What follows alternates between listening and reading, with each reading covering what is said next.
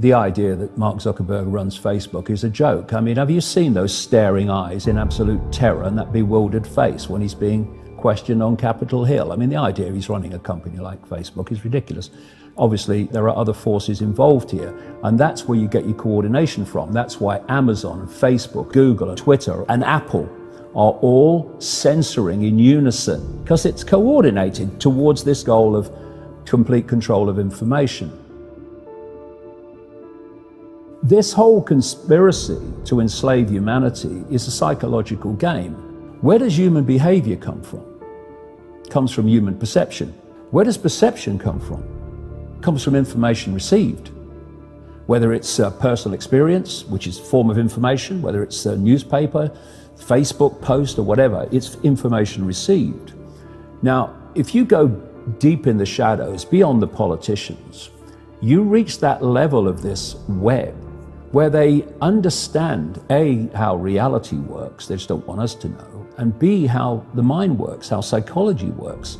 And what we're looking at, because it's a few manipulating so many, the only way that you can achieve that is by controlling the perceptions of the many, and by dividing and ruling the many as well. But you've got to control the perceptions of the many. And to do that, you control information. How long could you live without your smartphone? You can't put your phone down. And if you do, within a few minutes, you pick it up again because you're addicted to it. So are you controlling that bit of technology in your hand, or is that controlling you? That's controlling you. People became addicted to Facebook, and Google became by far the biggest search engine. Then came the point where, yes, the internet is the central pillar of human society, and it's now irreversible. Who are you going to go to if not them? Who are you going to go to get any numbers watching your videos if not YouTube, owned by Google, of course? So now we're in a position of power and strength. Now the internet's going to become what it was always planned to be. Now Facebook and Google and Twitter and Amazon are now going to be what they always planned to be, which were gatekeepers on the information that people can see and hear. And because of that, human perception is increasingly being given a narrower and narrower band of information from which to form those perceptions, so perceptions are being manipulated. They had to get the internet to a point where it was the central pillar of human society. The central pillar of where all our information came from, the central pillar of control. This is why we now have the Internet of Things, where billions of pieces of technology, everything from your fridge to your car to your telly, are connected to the internet. We've been through a process of preparation, of getting people, first of all, stage one, addicted to technology that they hold, holdables, smartphones, tablets. That's basically achieved. I mean, you just have to walk through a city and you see the addiction. And they're targeting specifically the young. Why? Because the young of today and the children of today are going to be the adults when they want to bring this AI connection in full blown. For that to happen, they have to get people addicted to technology to the point where they'll accept it and where it's the most natural thing in the world. I'm coming up 67. I was born in 1952, so I have a compass. I know what the world was like before. People being born into the world now, this is the only world they've ever known. And so they don't have that compass of what the world was like before. But this is the world and technology, and this is how it works. So the first stage is to get people addicted to technology to the point where, at the most extreme, they'll get up in the dead of night and they'll queue, stand in line outside an Apple store to get the first of the new technology. And what they want eventually, and not too distant into the future, is people basically lining up to be connected to AI. In the same way that people in Sweden now are having parties to celebrate someone being microchipped, right? So the next stage, because the idea is to get in the body, the next stage is to get on the body. So we went from just holdables, we went to wearables, we went to Bluetooth and Google Glass and Apple Watches and all these other gadgets that go on the body now. Even what they call electronic tattoos that are basically microchips on the skin. And the next stage is to go in the body, which is already starting in places like Sweden. And the idea is to take this on, and people like Ray Kurzweil, who is a Google executive, I mean, Google and Facebook are really at the cutting edge of this stuff. People think it's a social media operation only, or a search engine only. No, no, no. This whole Google group now, which is given the name Alphabet, are absolutely at the cutting edge of this whole AI technology. So is Amazon. Amazon got contracts worth hundreds of millions of dollars with the CIA and the Pentagon for cloud services and stuff. Yeah, they have massive data services. Massive, yeah. Consumers don't see. So the idea is to take this on, and what Kurzweil is saying, and he claims an 80% success rate in his predictions of incoming technology. The sales pitch is, when we connect to artificial intelligence, we'll be superhuman. That's what the sales pitch is. That's his sales pitch. Right. That's going Siri, to be the sales pitch. Alexa, all these things. Yeah.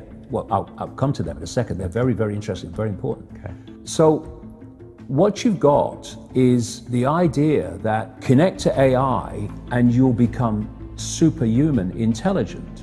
No, you'll become subhuman intelligent. You'll become a vehicle for artificial intelligence. And whoever controls artificial intelligence will control the perceptions of every mind that it's connected to. These Alexas and these Echoes and these so-called office assistants or personal assistants, you start to interact with them as if they're human. And now they're bringing in internet-connected toys for kids, even little kids, and Barbie dolls. They can actually have conversations with artificial intelligence. They're now bringing in these synthetic robots that are looking more and more like humans, a lot of them coming in from the East. And this is a whole psychological process of familiarizing us with artificial intelligence, to getting people to interact with it until it becomes the most natural thing in the world. Is this a positive thing? What if it makes us live better lives? Could it be? Well, if you want to use artificial intelligence to make things happen in a more efficient way, well, there's an argument for that. But that's not an argument for connecting AI to the human brain and the human perceptual processes so that artificial intelligence becomes those processes. And I'm not just saying that. Ray Kurzweil says this: by 2030, the connections will start to be made between artificial intelligence and the human brain. And the human brain will be connected to what he calls the cloud. Another name for this is the smart grid, basically to artificial intelligence. And he says this too, because his sales pitch is it will be fantastic, it will be superhuman, that as time passes, artificial intelligence will be more and more of human thinking and human perception until basically it's the totality of human thinking and human perception, at which point we won't be human anymore in terms of the consciousness processes we are using today. We will be artificial intelligence. And this is the assimilation I'm talking about. And the point is that if you are connecting the human mind to a grid, a global technological grid, that grid can be centrally controlled. It will take at the center point very, very few people to run it, and even fewer to decide how it's run. I have a kind of very simple rule of thumb. When people say to me, well, what are the areas that are of the agenda? And I say, look at anything you cannot have an alternative opinion about. Look at any subject where to say something different from the official narrative, you're going to get abuse, you're going to get called a Nazi, an ist of some kind, and you're basically going to get shut down. They are the key areas of the agenda, or many key areas of the agenda.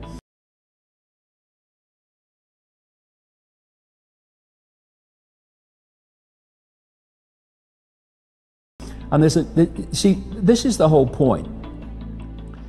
If I want you to believe something, or I want the public to believe something, and I know that what I'm saying is so utterly flawed in my justification of it, that if there was an open debate where all opinions, facts, and evidence could be freely available and discussed, I'm going to lose the debate.